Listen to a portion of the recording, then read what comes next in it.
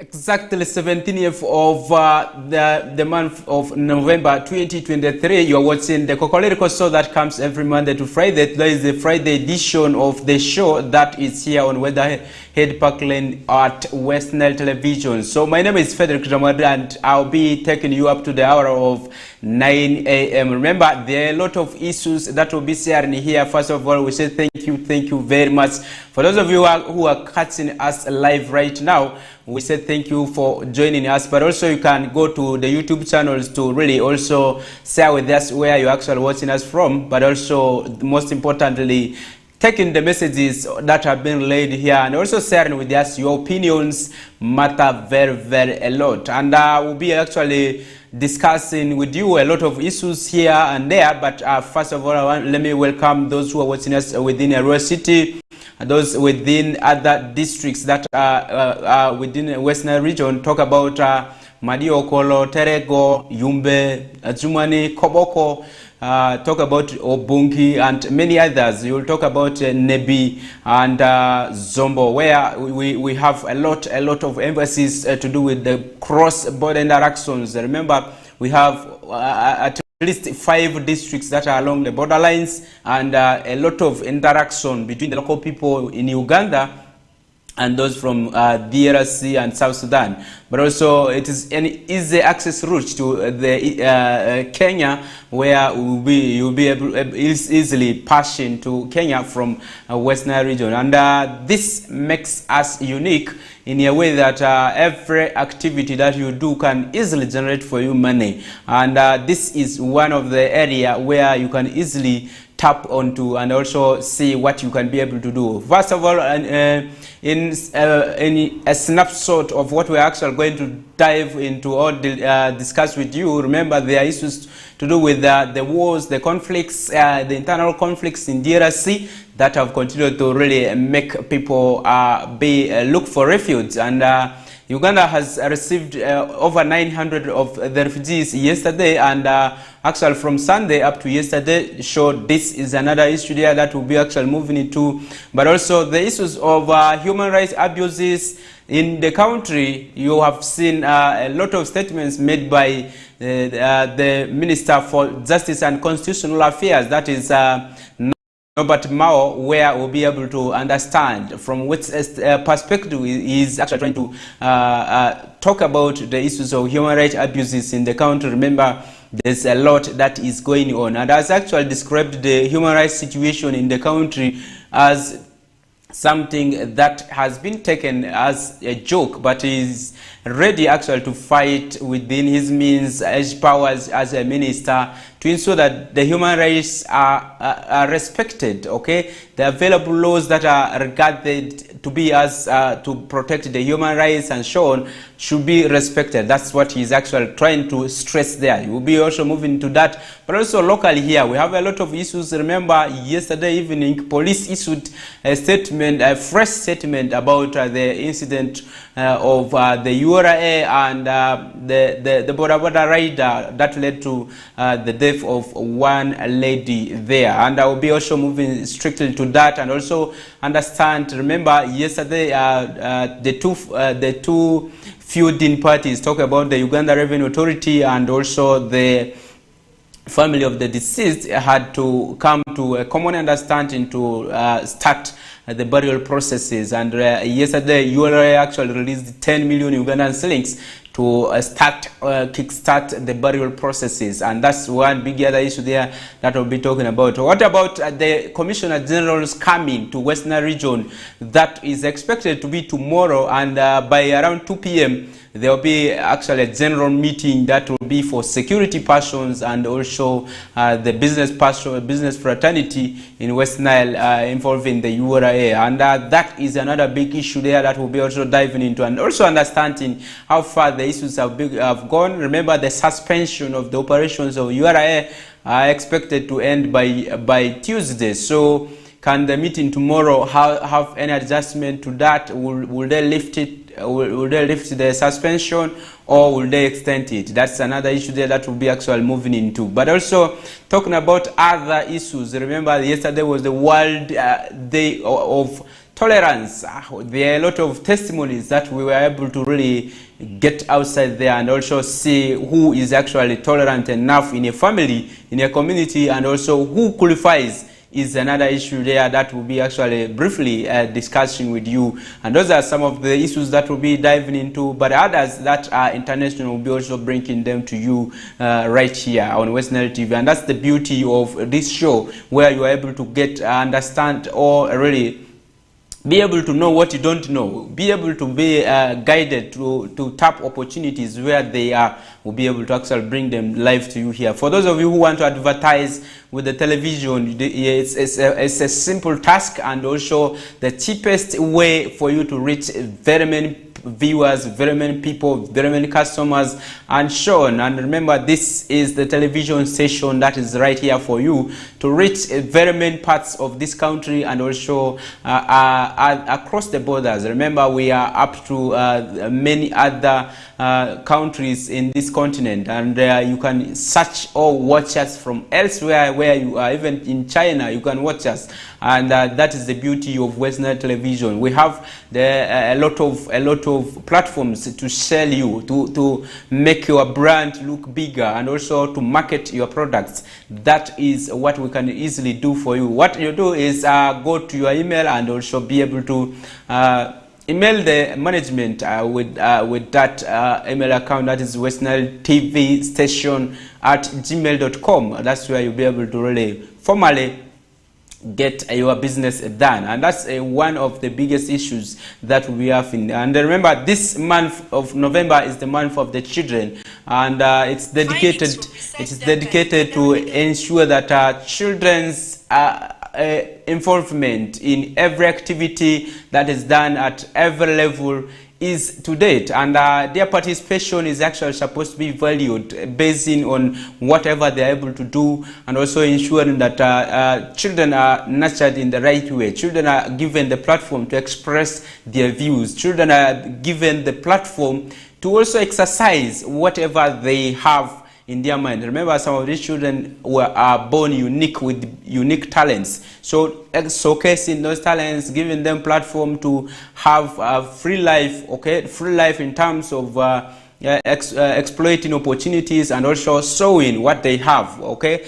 Many times what we do is not really what God made us to do, because that's why sometimes some people end up in some professions where they are not even performing, and this is attributed to little time that has been given to nurture your talent, but also having no career guidance, but most importantly, having poor mentorship, okay? If you have poor mentorship, you will not be able to utilize the talent that you have. And those are the things that we really want parents, stakeholders to get interested into, but also make sure that they are able to push the children understand their potentials, and they are able to also show them. When a child likes playing football, or maybe a ball, specifically likes playing a ball, you should be able to buy for him more kits, and also make sure that you expose this child to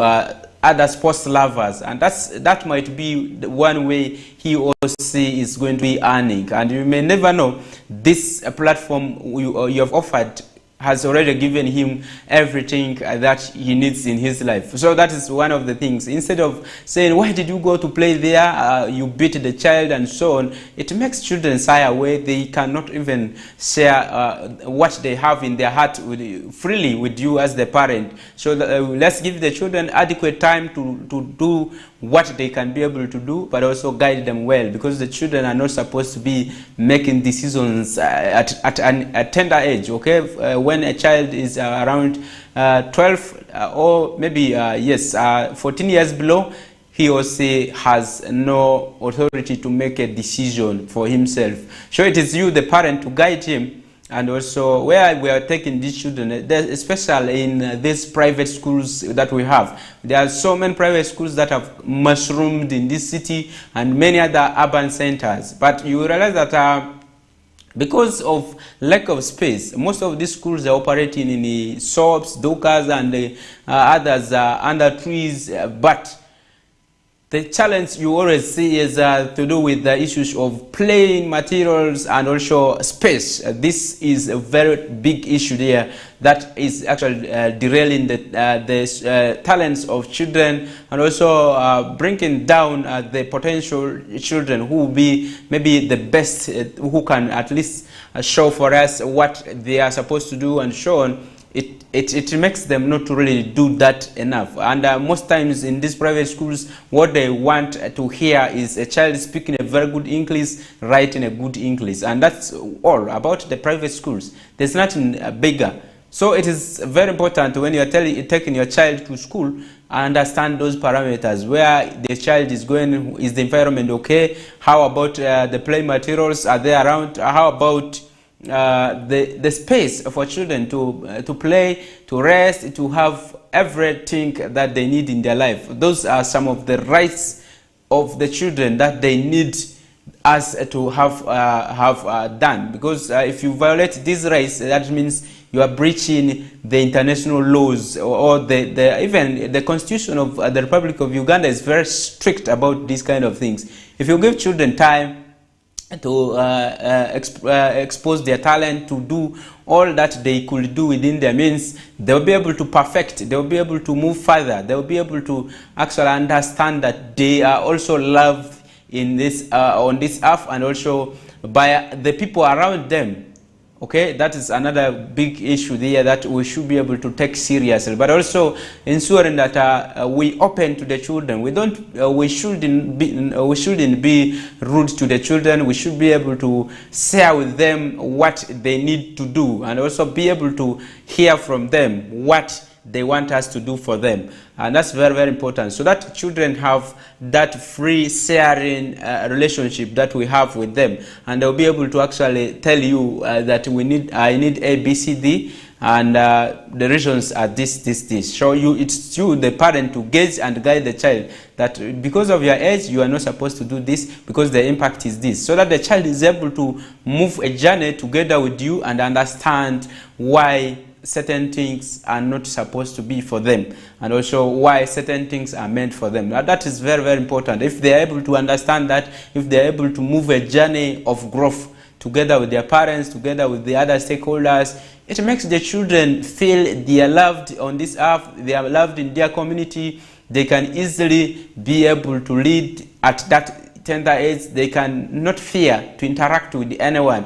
They can have that discipline accorded to everyone, and that is very, very important. Remember, a child who is raised by a society that is well behaved behaves the way the society behaves. Okay, that's one big other issue there. If you are a parent who has a child and you are always disciplining them, the disciplinary actions you are taking seem to be like maybe giving them mistreatment, the children will not love to stay with you in the same place. They will not love to hear that daddy has arrived. They will just cover their heads with blankets and so on, pretending that they're sleeping. Kumbe, they are just hiding because they are fearing from you, because sometimes the language you use to the children affects them also drastically. So those are some of the things we need to take seriously when we want to have children who are loved by the society, who love their society also.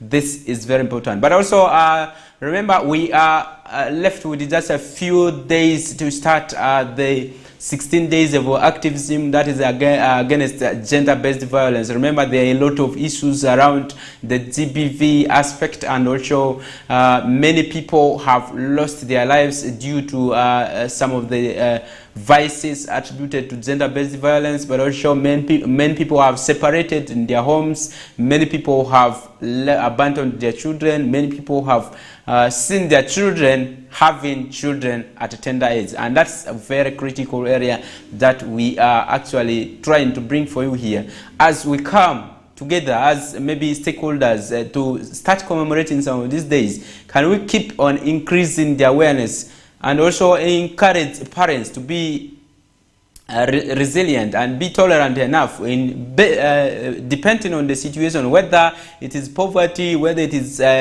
sickness, whether it is what that is pinning the family. Can there be tolerance? Can we instill that value of being tolerant enough, being somebody who believes in the other, and also being somebody who is able to appreciate the little? Can we instill that as maybe civil society organizations, as people in the local government, people who are said to be opinion leaders? Can we come together, like maybe also the religious leaders in this kind of scenario, be able to guide the parents, be able to guide the society in the rightful direction? We have seen some churches and the mosques preaching a lot of politics instead of really preaching mindset change. This is quite unfortunate. If religious institutions are trying to build that kind of rapport with the community, it will make people not really to love going to these worship centers. Can we bring that aspect of mindset change? Can we bring that aspect of being resilient and also tolerant enough to one another, and also be able to tolerate certain situations? If today we are seeing that even the father as the husband does not have money today, and the wife does not even have a coin today, can we agree by consensus that we are going to sleep hungry and we will look for money tomorrow, and we all sleep? Nobody yells, nobody shouts, nobody abuses the other. Can we come to such a common say and see to it that people are able to appreciate the little they have in their midst? Those are things really we need to emphasize seriously if we want to take the society very, very far. Because I've realized that most of the cases that are registered at police, at different courts, talk about the LC1 courts and so on, most of them arise due to poverty. Most of them arise maybe due to a few misunderstandings, which could be controlled or prevented from home level. Okay, those are some of the things that we need to really impact into the brains of the people, and make sure that we are able to capture at least 90% of the society that where we live in. If we have the 10% that has not been reached, at least the majority can be able to change the society that they live in. So those are very, very pertinent issues we need to actually look at as a society, as leaders from such places, and also be able to tell people that it's not late. It's not late that they have maybe choose to take a direction or take a decision to have something done for their family, and also ensure that really these other interventions brought by government. We have seen so many of them. I will cite maybe PDM. That has been one of the greatest opportunities that has been availed to the communities, the people in the rural settings and so on, that who are actually supposed to be educated, who are supposed to be financed, who are supposed to be having other opportunities tapped into, but also be able to understand that they are able to get more closer to government, to the available opportunities that exist. But you realize that the 7 pillars have never been utilized very, very well. I will cite an example with the mindset change, which is actually supposed to cut across all the pillars, much as it is an independent pillar, but it is supposed to be preached in every aspect of the pillars that have been cited there. And you'll realize that people always talk about the financial inclusion bit, which is just something, a component that is temporary, but mindset is something that is actually permanent, that is supposed to continue orienting the minds or reminding people on certain things that they need to do in life. And that is very, very critical. If we are to actually move further, we need to change the minds of the society. We have seen many times that even in local government setting, where civil society organizations want to come and do partnership with the local governments, there is what we call involvement or participation. Many times political says the involvement is the bit of giving someone money. Okay, you have not involved me. You have not involved me means you have not given me any support in terms of money. And this is the mindset that we are talking about. We need to change everyone's mindset that we have to do things within our means. The resources, the available resources that we have, we should be able to utilize them to ensure that we go further by building the society with the little that we have. If we have, maybe in your home, you have 1/4 of land that you have subdivided into maybe 4 parts, and on the other side you have cassava, the other side you have beans, the other side you have maize, the other side you have onions. So what are you going to do here at this particular time when you're harvesting? These are things that come at different times. There are others that are short term, there are others that are long term. But as we wait for the long term crops to yield, what can we do in the meantime to keep us waiting? Because we have only one plot or one piece of land that we are all feeding from. What other alternatives can we derive? And that's what we call mindset, being flexible to think about alternatives within your means to ensure that you keep life running, life going, and so on, is what we call mindset. And we should be able to really ensure that people are able to appreciate the little they have. People are able to think around. They are able to be flexible enough to ensure that they are able to actually get more opportunities other than really waiting for one line of income, okay, one source of income to ensure that they raise their standards. Because really, if you have one source of revenue, talk about maybe your salary or where you are selling tea and so on, you don't have any other alternative. What if something happens and the capital is gone? What if maybe a larger portion of this money is going to be paid as rent and school fees? How about feeding? You need feeding. You need money for health, maybe treatment. You need also money for airtime. You need money for clothing and so on. Many other things that you need as a human being. So that is the kind of mindset that we need to understand.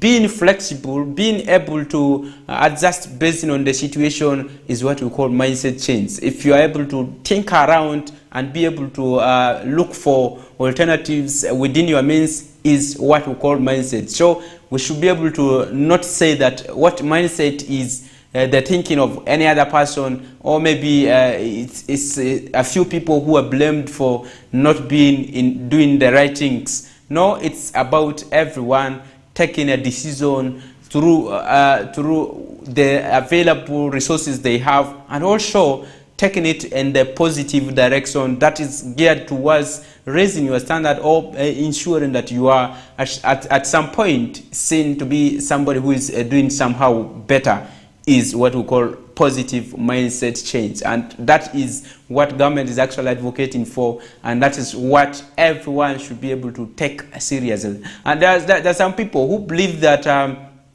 if they have not gone to maybe a private health facility, they may not be diagnosed in the rightful way. And that's what is also said to be mindset. If you go to public facilities, you're going to delay for long, they may not attend to you, and so on. That's what you call mindset. So how do we change the mind of the society? How do we change the narrative from negative to positive is what we should be able to now be advocating for, other than really talking about other issues that are just seen to be a cover-up of what is actually to be shared with the community. What is actually supposed to have an impact in a society is what all the stakeholders need to do at this right particular time. But also around the GBV, we'll have a guest deliberately for that that discussions and be able to understand what the situation looks like, but also be able to see one of the aspects of gender-based violence and be able to break it here with the experts. We will be able to bring for you people from the police unit, but also have one of the civil society organizations represented because they have been doing a lot of things with the community. Well, maybe we will bring one of them, or maybe we'll bring one of the community persons being able to share experiences from a community perspective, and that's what we want to do with you next week, and that's, I promise we'll be able to do it here. So be here. If you follow West Nile Television closely, you'll be able to actually get more. And let's not leave all this to a waste. Let's take messages seriously and be able to transform our society. And that's why we're here to light up the region. Lighting up the region, we are positively trying to see how every community is to be transformed economically, socially, and looking at all the other aspects of life, and be able to utilize the available resources to build ourselves through the local economic development agenda that government is actually advocating for. And that's one very critical area that we should be able to take seriously. But yesterday, the flying squad at Arua Central Police Station picked up a very cantankerous, I would say, a very chronic thief from one of the cells in Arua City. And this is one person who has been withdrawing Paris development model funds from one of the parishes, and this is one big other story here that is rocking Arua City, where I will be able to actually tell you that this is the person, and be able to show where he has been able to be picked from, and also how he was able to be traced. That's one thing that will be actually bringing for you in the news updates. That will be in at around 7 p.m. in the evening in the Nilecast. So be there. You'll be able to get those kind of things that will be bringing for you here. Remember, there's a lot that will be actually diving into, but also be able to share with you so that you are able to know what is actually happening around you. There's a lot that is going on. There are a lot of interventions by government. People don't know about them. And that's what we are here to preach, for people to understand that there are available opportunities for them. We have seen scholarships. We have seen a lot of NGOs coming on ground, trying to do some interventions, targeting some people. But you realize that local leaders tend to submit the names of their family members and so on. Those are things we want to really break and make people understand that these things are meant for them, not for a particular group of people. So we should be able to take every message here seriously and be able to work on it. And remember, the issues of corruption is not one person's thing. We should be able to work together to fight it. You start it from your home. If you have 2 children, buy for them maybe one banana and give to them. Tell them to share and see if they'll be able to share it equally. That is one area of corruption that we should be able to start from home. Fighting it from home is the best way. And when these children go out, they should be able to have the will to give someone, the will to keep somebody's things safe, the will to hand it over after use. And that's one critical thing that we should be able to impact in our children. There are so many schools that have not up to date taken seriously the new curriculum implementation, and that's one big other issue there that is quite a shaming right now. And the issues that are raised in this are the issues to do with the lack of materials, the lack of internet, lack of gadgets, lack of so many things that are being put. And according to some of the head teachers that we interacted with, they are actually blaming the ministry and the National Curriculum Development Center for having the rollout of the curriculum without actually prior engagements with the head teachers and the proprietors of these schools. You realize that many schools have been left out as they have continued to use the old curriculum because they don't have internet at their rural settings. They don't have even the computers. They don't have even trained teachers to use these computers effectively. But also the issue of the understanding of the parents to buy smartphones for children to go and surf or some of the do some of the research, some of the assignments online is another issue. Parents do not want to give smartphones to their children. The mindset of doing things in the traditional way, using the traditional tools by using sticks to count things. Is still in the minds of the parents. Doing addition using sticks, doing multiplication using sticks is another issue that our parents are still having in their minds. How do we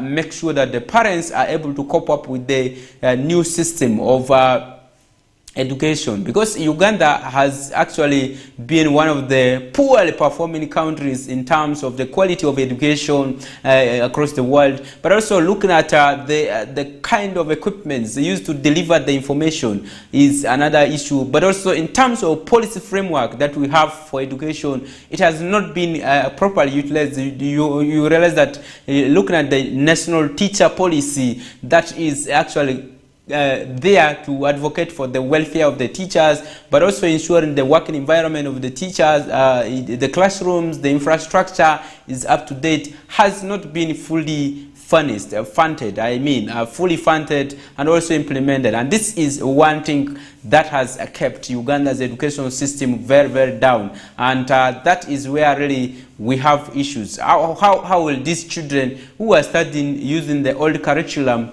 cope up with the children who are studying using the new curriculum? Where will they be able to sit there for their exams? What kind of exams will they be sitting? And those are the things. Are these children not going to be missing out of the education system of Uganda? Is that not the right thing? Sure, that's one thing there we need to really look at as stakeholders and be able to really come down to the schools. This year we show the people from Education Policy Review coming to Western region and many other parts of this country, trying to move around to engage stakeholders on how the curriculum should be disseminated or should be improved. That is one area there that has not been able to cater so much in improving the education system in Uganda. Let's take a break from here. We'll be actually coming back with these topics that we have at hand and be able to bring in those others that have slotted in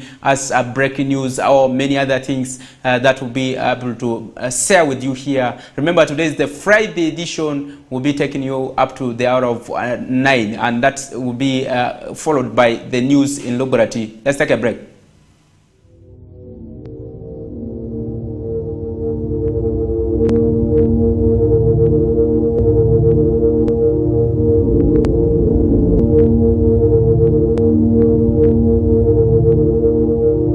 West Nile TV, lighting up the region.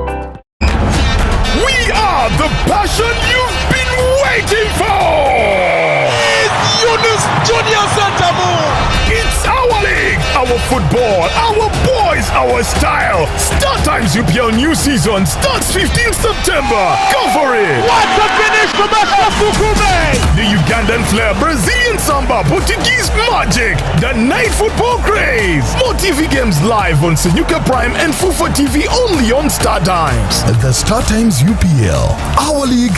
Go for it!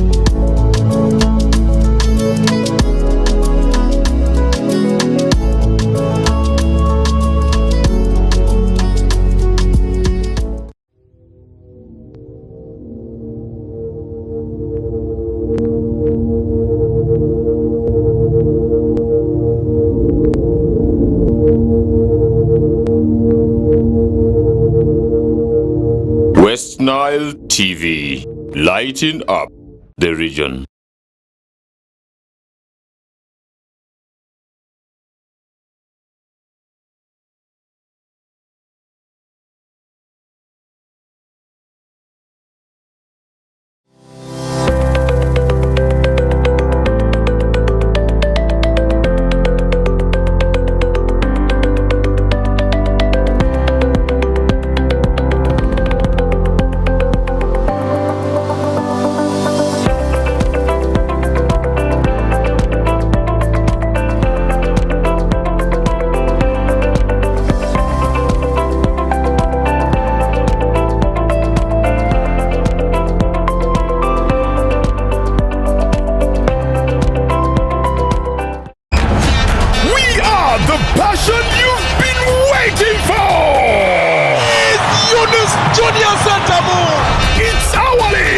Football, our boys, our style. Star Times UPL new season starts 15th September. Go for it! What a finish from Fukume! The Ugandan flair, Brazilian samba, Portuguese magic, the night football craze. More TV games live on Senyuka Prime and Fufa TV only on Star Times. The Star Times UPL, our league. Go for it!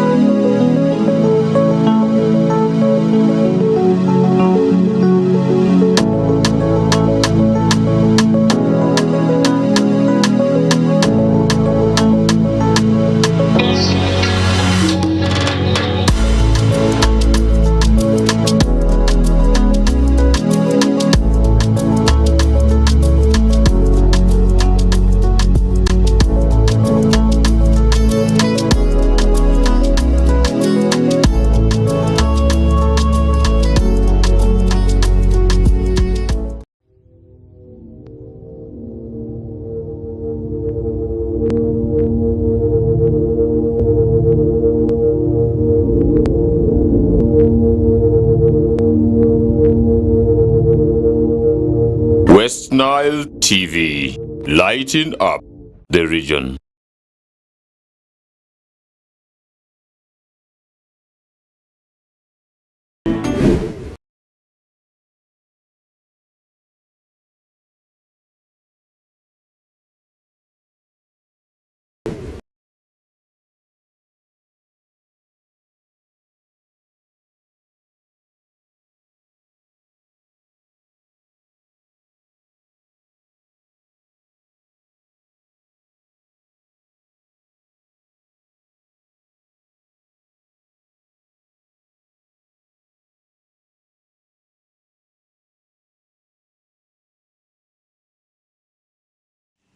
All right, welcome back from that commercial break. Earlier, we were discussing the issues to do with socio-economic transformation through different avenues. And one of the key areas that we were talking about was the issues to do with mindset change, but also looking at the available resources that you have, how you should be able to really transform your lives through them instead of all the time doing borrowings and doing any other thing. I remember there is a news that has just come through, and that actually Kenya has started cutting costs by shutting down some of the expenses where really the things that are unnecessary, said to be in the country, that do not actually need a lot, or that do not have a lot of impact, they are not going to finance them. And this is one of the ways they're going to start serving their debt burden that has accrued for quite a long period of time. And the government says actually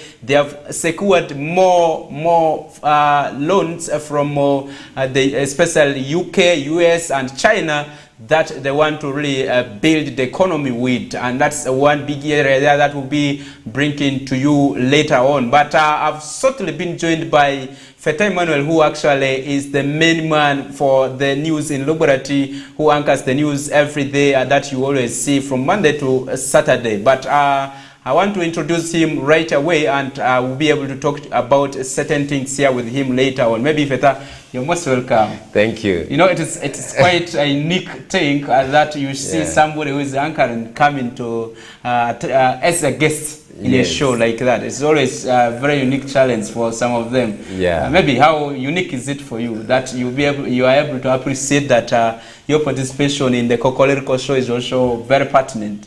Yeah, it's very important. First of all, greetings to you, our dear viewers, this morning. Thank you so much, Frederick, for bringing me on board. It is very important that sometimes we come and discuss a few things pertaining the development of our nation and of our country. It's very important because some of these things pass through the newsroom, and we read them in the news. And it is important sometimes we come and do a discussion in programs like this. Thank you so much. Okay. Let's not waste a lot of time there. But first of all, I want to introduce that we have throughout this week been really reading a lot of sad news in relation to the enforcement done by Uganda Revenue Authority that claimed lives within 1 week, and this was one thing that actually was touching and really breaking the hearts of so many people, running a lot of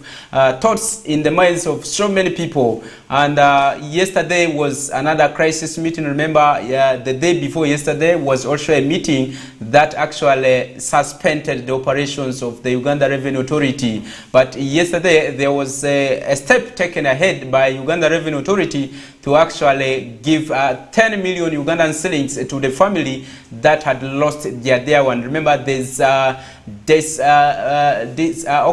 border who was actually carrying the two people had sustained injuries, plus one of the passengers behind the bike who also sustained injuries, but one of them actually instantly died at that accident spot. And this one who died, 10 million Ugandan shillings has been given for burial arrangements. And yesterday, the body was actually retrieved from a regional referral hospital mortuary and taken to Ofaka sub-county for burial. And we expected that maybe by today the burial should have been done, and that's one big area there that we are talking from. And Feta, what do you make of all the discussions? You've been anchoring news and being able to understand what was going on. What do you make of the interaction between the Uganda Revenue Authority and the people who are the taxpayers currently in West Nile region? Yeah, you see, it has not been a good kind of relationship between the Uganda Revenue Authority and the locals. Not only in, I think, in Arua city, but also in other parts of West Nile, like in Koboko, like in Yumbe. It has not been a good relationship between the two. But one thing we have to know is paying tax is very important. It's very good for the growth of our nation, for the growth of the economy. If we want to develop, we need to pay tax. But the issue comes in how to collect this tax, how we enforce the collection of this tax is the most important thing that we need to look into right now. One of the issues that has been causing a lot of concern is the deaths that have been happening all around. One in Koboko, just less than a week, another one happens in Arua.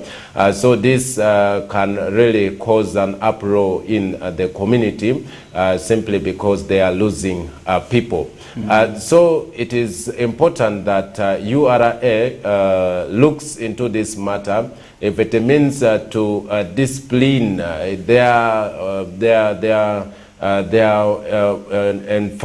enforcement team, they should discipline them. If it means to check through them what is going on, they should check through. Because when you see, it is also URA that is incurring expenses.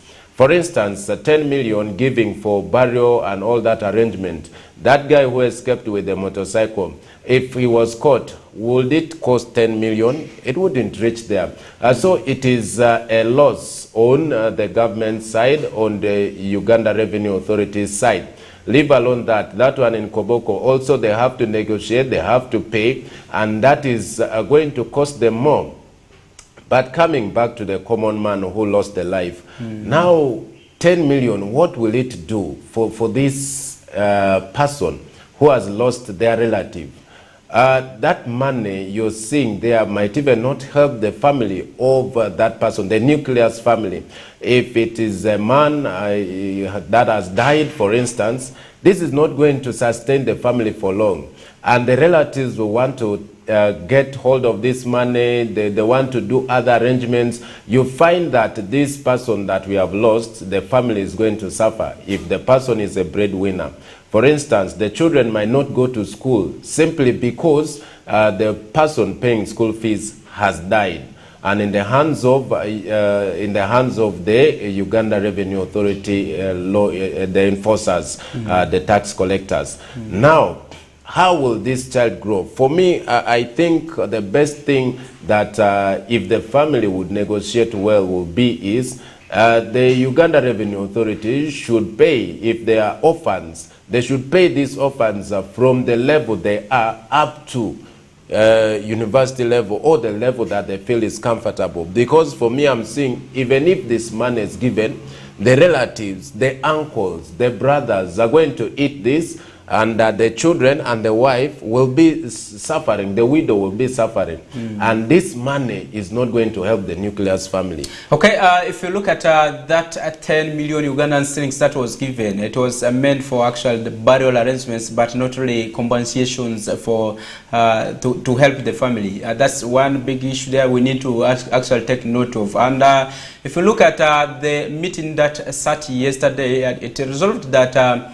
the issues of compensation will be actually coming. The negotiations will be coming on Saturday, that is tomorrow, but by around 2 p.m. That is when now the Commissioner General will be around in Arua City, and that is where really the leaders from West Nile, within West Nile, will be able to have an interface with the Commissioner General on the general enforcement of all the ways of tax collection in the region. And that's a very, very important thing, a meeting that we hope should not be where the media is barred from attending. They should be allowed to attend. Actually, yesterday they were actually stopped from attending the meeting, which is quite a very bad thing, because many people have a lot of doubts that needed to be cleared. It's always when you have the media present to disseminate stories of hope in this kind of circumstances. Otherwise, it would not really go well if we don't allow media to cover some of those kinds of events. Maybe if you have any other thing around this area, we need to wind it up so that we move to other issues. Yes. Okay, just one more take. If URA is giving 10 million for a burial, and I don't know how much they are going to negotiate this incident that has happened. But I'm seeing a big loss on the side of the government in that sector. So they need to look for ways of avoiding this loss. Like I said, even the motorcycle, the sugar, the cooking oil that they were going to collect might not reach 10 million. Even 1 million. Because even 1 million. One sack cannot reach even 200. So you're killing a life and you're going to negotiate. It is like, you know, you have money, you can buy everything, which is not a good thing. We need to have respect even in enforcing this law, because someone will lose the relative which they will not see in the rest of their life. Life is lived once and it doesn't have any spare. So let us live it responsibly.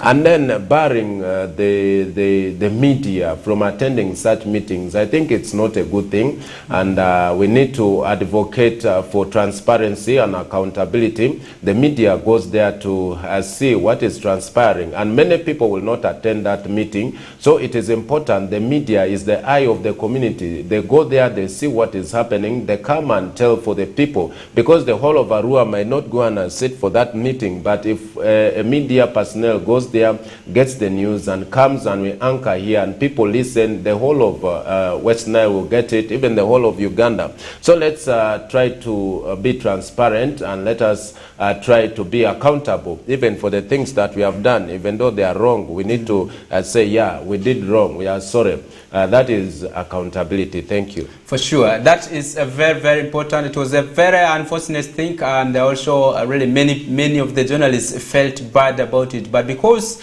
they loved their job, they were able to be resilient, tolerant. Remember, yesterday was the World Tolerant Day. They were able to be tolerant enough and also wait for the outcome of the sittings. And that's why we were able to really pull out some of these stories from there. But it's not good when you do a story based on the evaluation, based on maybe somebody is going to brief you after the meeting. That's one wrong thing, because ideal news is supposed to be hands-on. You be at the scene. And that's where really people believe in the mainstream, not really the social media. Most times the social media bloggers and so on are not the professional trained persons who will put every garbage.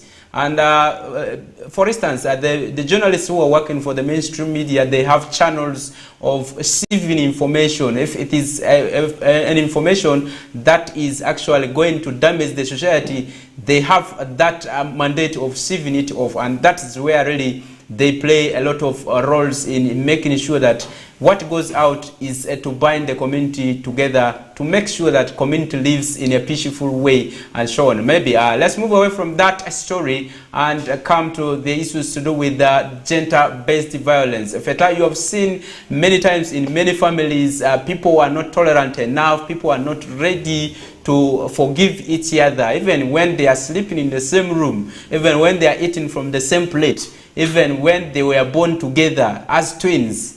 They don't want to stay together just because of the situations or circumstances they find themselves into. As we gear towards the 16 days of activism, maybe what is your observation in the communities? What is it that you think is actually making a lot of people not to be happy together? Yes. You see, a research was done some time back, and women were asked at random in West Nile that if there was a chance and that you should remarry the person that you've married, will you be able to remarry that person? Like 80% of women said no. I'm not ready to go. They are not ready to go if by chance there is, okay, assuming you were not married, but now you know how this person is. Now they say, will you remarry this person? They say, no, I'm not going back to marry that person. Maybe what were the reasons they were fronting? You see, before you marry someone, right now we rush so much into marriage, and we don't study people so much. We rush so much into weddings. We don't study, and you find that you reach in that place where you don't have the knowledge of how to handle people. Marriage is you're trained in African traditional society. They used to train young girls that when you get married, even when they are still young, they identify a family with a good character. They get a young man there, they tie knobs on their legs, or they just engage them, even when they are very young. They start teaching you. When you do this like this, when you're in your agojoti, this is how you behave. So you see, they were impacting these things on the children. You see, it is let me pirate that's you know this thing, it is go. They tell you they keep telling you these things. Now you know that in marriage there are things that you need to tolerate because these two people have grown from different places. Like for instance, for me, if I grew up from Arua and I marry someone who grew up from Kampala, you see, there's going to be a big difference, even in our social life, in our behavior, in our cultures. So I'll have to look for ways of how to live harmoniously with this person who is coming from far. You see, those days, even a man will marry 3 or 4 women, but there will be no chaos in the home. But there's this common thing I'm seeing in the society where these young women, especially I talk about those within the age bracket of 28 to maybe talk about 20. You have seen the common says from them that I go to say ask him and do a zero. You see that I don't even now care. I don't mind of my husband. Those are some of the things that are always coming, and this is actually related to what you were actually saying. Yes. Could it be because of the way we have differences in where we are raised, or is it something that people do not even understand that marriage is actually one of the vocations you have to take? And you have to be professional enough in it. You see, is it that people are just marrying because they want to enjoy sex at a short period of time and they want to leave? that is where I was coming from. I was trying to give for you a background that there are reasons as to why you should marry. If you marry for a wrong reason, you're going to suffer the consequences. If you make a wrong choice, you're going to suffer the consequences. Before you marry, why are you getting married? Are you getting married because you want someone to help you in washing dishes, or in cooking for you food, or in washing your clothes, or making ironing your clothes? What are the reasons as to why you're marrying? If you get that reason, and you have to get the person that you feel is compatible with the reasons that you have. You see, for instance, many people marry because maybe they just feel their age is gone, they want to get married. Yeah, true. Actually, it reminded me of one say that mostly in the Lubera community, where once they have seen a girl has maybe shooting breasts and so on, they say, you have matured. Why are you still here? You want to you want to mature like cassava, is it? Yeah, you want to be like timber here on the compound. You see those kind of statements that always come. So maybe is it because people feel bad when they have grown up, maybe when they are not even mentally not prepared for marriage. You realize that they are forced because of the situation around them. Could it be that, or maybe if there's any other thing that is actually triggering this kind of people getting married abruptly and so on? Definitely, that is the foundation of gender-based violence in the community all over. People marry for wrong reasons, and people marry with a lot of expectations. Now when you get into marriage, you find your expectations are not met. You find that this person that you thought is so nice, even the beauty starts to fade from your eyes. They begin to look ugly to you. After 1 week. After 1 week, because you've stayed with them, you see. And that is why you find some men start to look for other women also. Because you married maybe for a wrong reason. Because you married beauty. You wanted the beauty in this lady. You didn't think about the character of this lady. Now you've married her, she's like a monster to you. She's tormenting you every day. The Bible says that for you to sleep with a quarrelsome wife under the same roof is better for you to sleep in a leaking roof in Proverbs. You see, it is better for you to sleep where the roof is leaking. Imagine the roof is leaking. The Bible says it is better for you to sleep with in such a room than to sleep with a quarrelsome wife. Okay, that proverb, we are going to come back to it and also be able to analyze it maybe to some extent. Let's take a break from there. We'll be able to come back shortly with the discussions to do with gender-based violence, but also looking at really from the start of marriage, how people are supposed to do things. Let's take a break from there.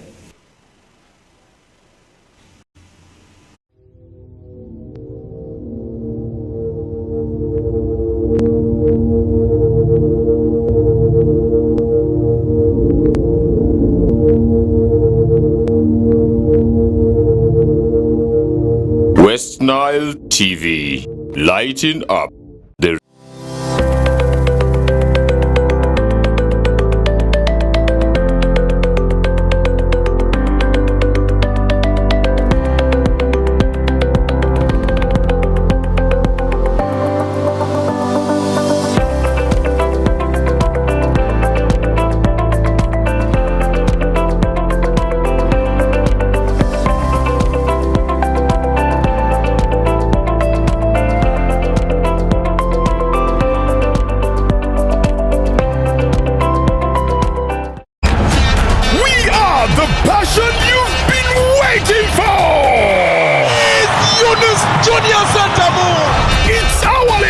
our football, our boys, our style. Star Times UPL new season starts 15th September. Go for it! What a finish from Fukume! The Ugandan flair, Brazilian samba, Portuguese magic, the night football craze. More TV games live on Senyuka Prime and Fufa TV only on Star Times. The Star Times UPL, our league, go for it.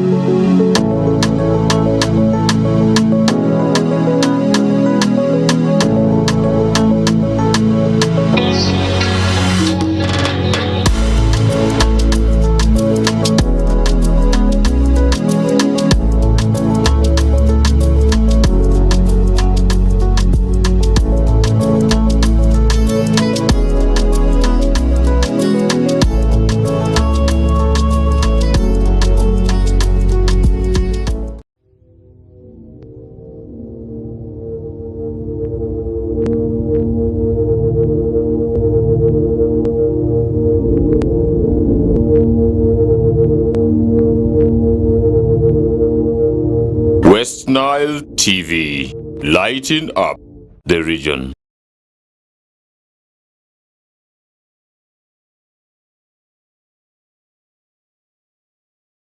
The Friday vibe is coming on and the weekend is commencing today, and that's what we are here for, and discussing a lot of pertinent issues that affect the society, but also ensuring that the life of each and every person is improved, because if we leave one person behind, he also may not make us grow bigger, okay, in terms of wealth, in terms of the support for each other. Because if all of us are at the same rate, maybe all of us are earning and so on, we will be able to lift each and every person and be able to be at a better standard. We are still discussing the GBV issues, but also looking at from the time of marriage up to the time where you maybe you are already having children and so on. What is it that people fail to understand that makes them not to interpret the aspect of marriage and also not to stay longer in the marriage? And that's where we are coming from,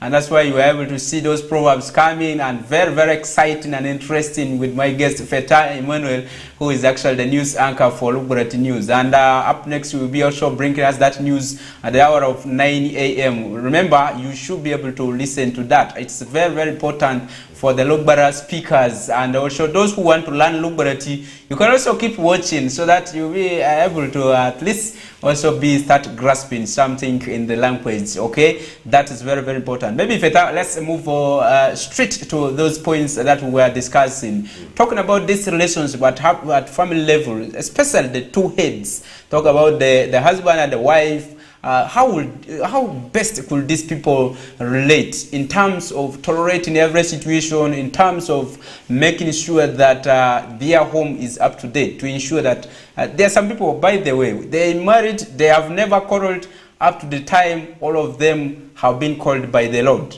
Okay, they have stayed even without any wedding ring. They have stayed. How were these people being able to nurture themselves in that way? Wow. How will people be able to take it positive from that? Maybe let's begin from that. Yeah, very important. Yes. And there are others who have married in less than a month. They have already thrown down the ring. They have separated. Yes. They have abused each other. Others have even killed each other.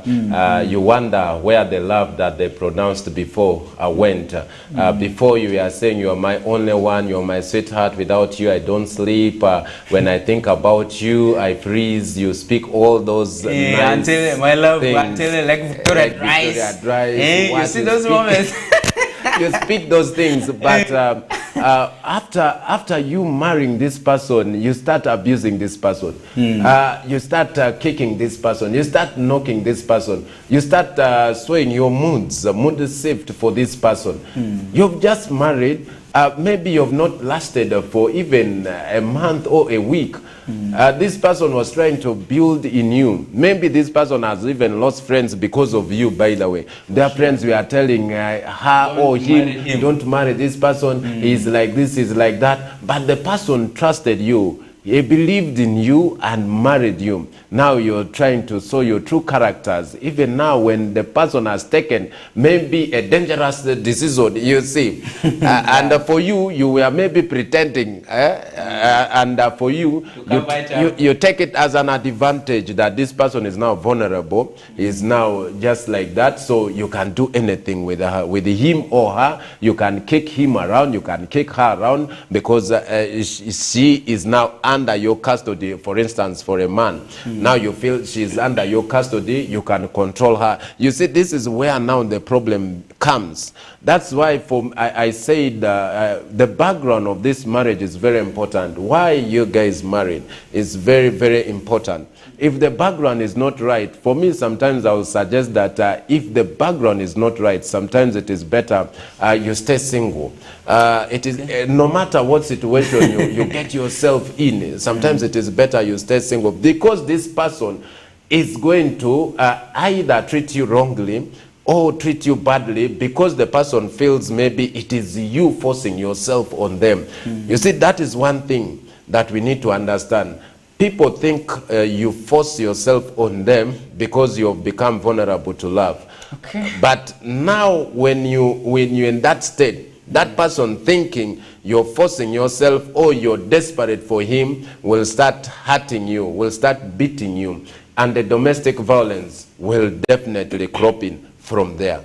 Okay, the issues of CBV are very, very large, because there are so many of the contributors that are regarded as gender-based violence. Talk about the issues to do with the mistreatment, talk about the issues caused by various factors that result into maybe one injuring the other person, the other one mistreating the other one, even using vulgar languages at home, abusing each other, and so on. Those are all vices of gender-based violence. So we will put it to a close there and move to other stories that are around the globe or within the country that we have. And remember, the issues of human rights abuses are very, very tense, that the Minister for Justice and Constitutional Affairs, that is the minister, that is Honorable, we'll talk about Norbert Mao. Norbert Mao, who is actually the president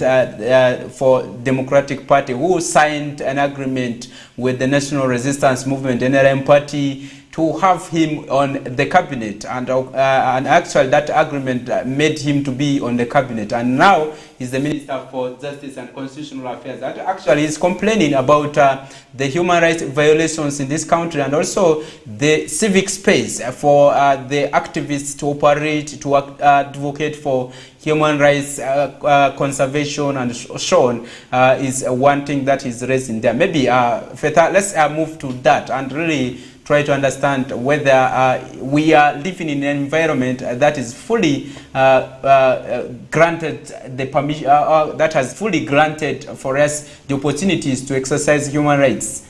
Are there some of the loopholes that we have seen in our country that has not really given that platform to exercise human rights in Uganda? Or if any, maybe we can cite some of them as examples, and also if they are not really so much, what can we do in order to improve our human rights, or in our the freedom that people are supposed to enjoy in the country? Yes, besides the laws that we have. Yes, we can begin from there. You see, human rights is a very good thing, but even before the human rights came up, God made man in his own image, and he gave man the freedom even to rule over the birds of the air, to rule, to till the garden, to do everything. You will excuse me, I love referring to God, I love referring to the Bible for reasons best known to me. Yes. But it's very important. God gave us freedom to do everything. When you read Genesis, he says, I've given you freedom to till this land, eat everything that you want from this garden except one tree. You see, that was the command that God gave Adam. So Adam had the freedom to do anything that he feels like he can do. Now these human rights, I don't want to go deeper into that. The human rights that we have right now, these are laws that are brought in because the world is corrupted. The world is now thinking of many other things. Sometimes people are censored from doing the things that they are supposed to do. So in Uganda, yes, we have that freedom. But somehow also it is censored in other ways. So it depends on who you are and what you are. Your rights depends on them. There are some people, their rights are really censored so much, and others, they are free. They are doing whatever thing they want to do. Okay. Yeah, particularly in Uganda, we have seen a lot of issues to do with digital surveillance. Okay, a lot of the people who use internet may know what I'm talking about. We have seen the censorship on Facebook, where up to now people have to use the VPNs. They hide under the VPN and then you access Facebook account. And that's one big issue there that is up to date, that is under contention, that many of our people in this country have not enjoyed the freedom to express their views through certain platforms on internet. We have seen internet blackouts during election periods and so on.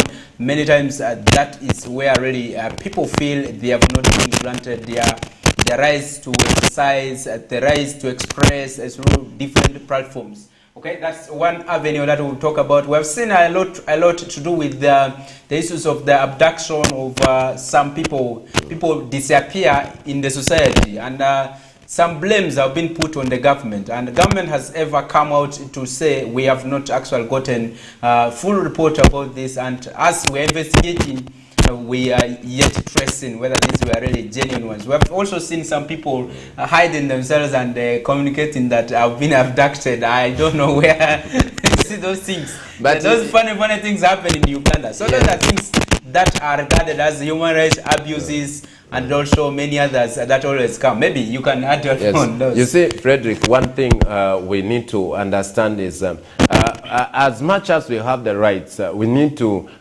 work within the rights. We need to obey also the rules and regulations that are set. Yes, you might have a freedom to express yourself, but you don't have freedom to abuse others. You don't have freedom to talk ill about others. For instance, I'm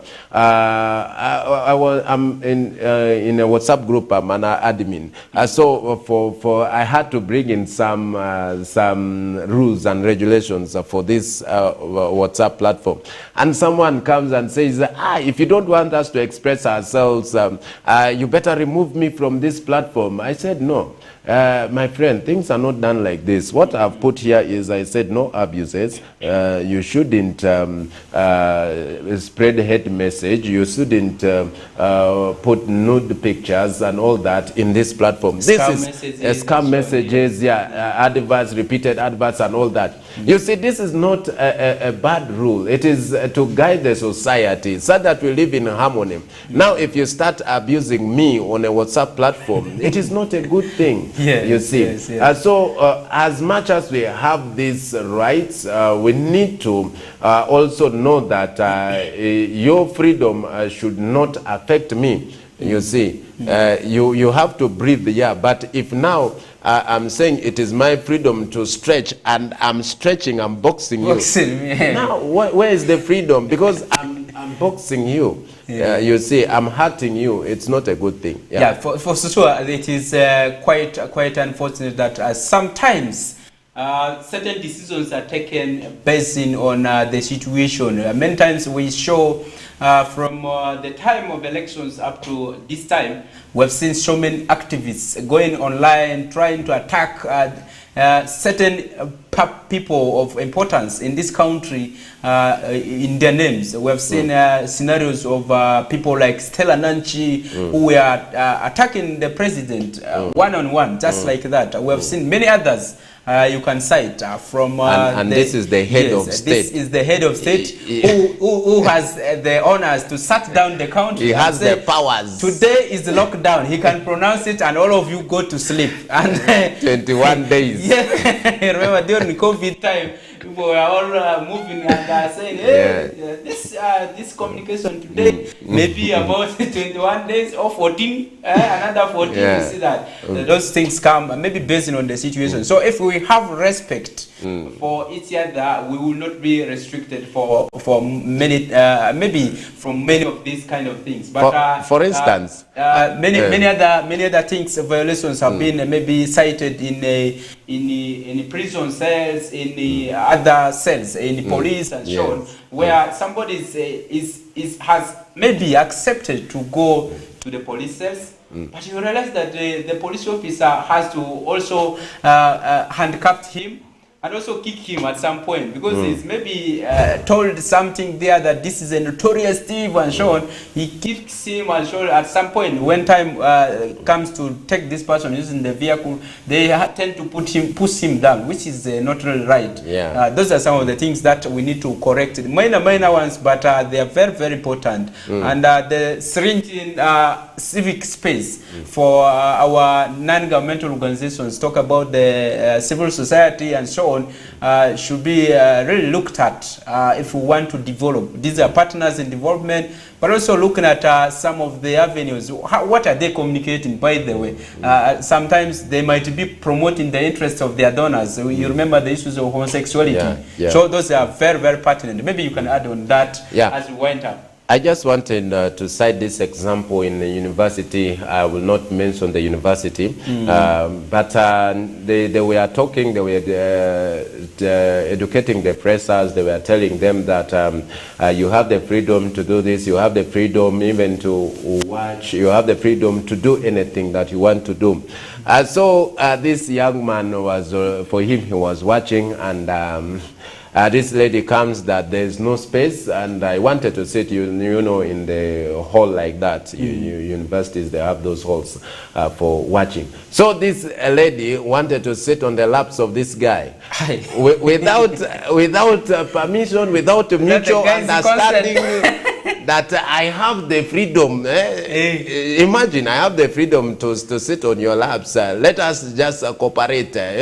Wow. So your freedom, your exercising your freedom shouldn't be a problem to the other person, you see. That is what we are saying. But what also sometimes what you have said is very important. Someone has also said, I'm going to the court.